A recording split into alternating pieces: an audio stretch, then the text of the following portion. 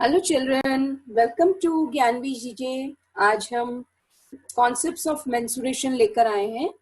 Mensuration में क्या आता है? एरिया आता है, पेरीमीटर आता है, वॉल्यूम आता है, सरफेस एरिया आता है। ये सारी चीजें हमारे मेंसुरेशन में आती हैं। तो अब आज सिंपल सा एरिया और पेरीमीटर को लेते हैं। अब एरिया क्या होता है, पहले पेरीमीटर करते हैं क्योंकि पेरीमीटर इजी कॉन्सेप्ट है। तो चलिए हम पेरीमीटर लेते हैं। कोई भी हमने फिगर बना लिया, जैसे ये फिगर है, पर it should be a closed figure. ये ऐसा हमारा कोई भी फिगर है। तो एक ये साइड है, 1 2 3 4 5 6 7 8 9, और ये 9 अगर अगर यहाँ पर भी है ये छोटा सा, तो इसको भी हम लेंगे 10। तो अगर सिंपल अगर ले रहे हैं तो आपका ये हो जाएगा, ये स्टार्टिंग हमारी ये हो रही है। तो अगर ये इस लेते हैं तो 1 2 3 एंड 4। तो ये जो चारों साइड्स हैं, मतलब बेसिकली बाउंड्रीज को हम ऐड करते हैं, उसे हम बोलते हैं पेरीमीटर। मतलब ये जो बाउंड्री है इसको हम ले रहे हैं, this boundary we are taking. कोई भी चीज हो, आप चाहे ये ले लीजिए, ये बाउंड्री ले लीजिए, तो ये भी बाउंड्री को ऐड करते हैं तो हमारा पेरीमीटर निकलता है। जैसे ये किस में काम आता है, जैसे मैंने पाथ बनाना है, मेरे को वॉकिंग के लिए पाथ बनाना है, तो मैं उसका पेरीमीटर ही लूंगी। तो समझ में आया व्हाट इज अ पेरीमीटर? अगर हम एग्जाम्पल ले लेते हैं, जैसे हमारा एक स्क्वायर है, स्क्वायर का पेरीमीटर क्या होगा? स्क्वायर की चारों साइड्स इक्वल होती हैं। अगर हम पेरीमीटर लेते हैं तो हम साइड्स को ऐड करते हैं। अगर ये ए है, ये बी है, ये सी है और ये डी है, तो perimeter is equal to A plus B plus C plus D. तो आप ये A B C D area square में तो इक्वल रहता है, A is equal to B is equal to C is equal to D. तो ये क्या हो जाएगा? आपका हो जाएगा 4a, या you can write it 4s। s means side और a is also side of a square. अगर हम इसको लेते हैं, एक रेक्टेंगल लेते हैं, तो रेक्टेंगल में हमें पता है कि ये दोनों साइड्स इक्वल रहती हैं और ये वाली दो साइड्स इक्वल रहती हैं।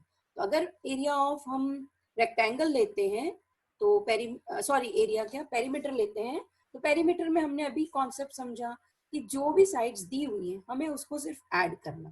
तो अब ये अगर ए है, ये बी है, क्योंकि इसमें दो साइड्स इक्वल है, तो हम क्या लिखेंगे? ए प्लस बी प्लस ए प्लस बी, क्योंकि ये वाली भी हमारी ए है, बिकॉज दोनों इक्वल है, बी है ये वाली। तो क्या हो जाएगा? 2a plus 2b। So you get 2 common ले लिया, a प्लस b, और many times we write as 2 into l plus b. So this is the perimeter of a rectangle and this is the perimeter of a square. अब हम area का concept ले लेते हैं, rectangle और square का। Area क्या होता है? एनक्लोज्ड फिगर के अंदर जो भी चीज है, ये वाला जो पार्ट है इसको हम एरिया बोलते हैं। तो अब अगर हम स्क्वायर का लेते हैं तो स्क्वायर का एरिया क्या हो जाएगा? ये ए है, ये ए है। इसको फाइंड आउट करने के लिए हमें ए इंटू ए करना पड़ेगा, या फिर आपका दिया हुआ है एल, एल इंटू एल।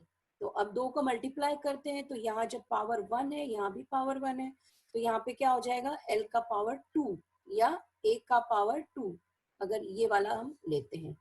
तो a is equal to L square, ये हमारा स्क्वायर का है। और यूनिट पे ध्यान देना है, बहुत जरूरी है यूनिट पे ध्यान रखना।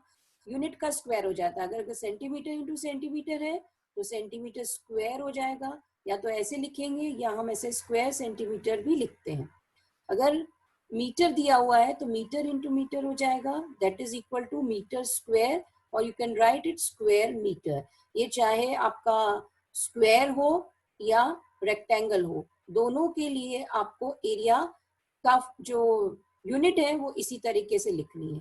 अब हम ले लेते हैं area of a rectangle. Area of rectangle लेंगे तो ये हमारा रेक्टेंगल है, सॉरी एक और बनाते हैं अपन। ये रेक्टेंगल है, इसकी ये दोनों साइड इक्वल है, तो हम इसको b ले लेते हैं, ये ले लेते हैं l, ये दोनों साइड इसकी इक्वल है। तो एरिया ऑफ अ रेक्टेंगल क्या हो जाएगा? l into B. L into B, जो भी नंबर है आप रख दीजिए, और यूनिट्स में ध्यान रखना है कि ये स्क्वायर यूनिट आएगा। स्क्वायर यूनिट मतलब सेंटीमीटर और स्क्वायर मीटर, जनरली यही हम दो यूनिट्स ज़्यादातर यूज करते हैं। तो आपको, hope you like the video. अगर आपको मेरा वीडियो पसंद आए तो like share and subscribe my channel, और नेक्स्ट वीडियो में और भी कॉन्सेप्ट्स लेकर आएंगे। Till then bye.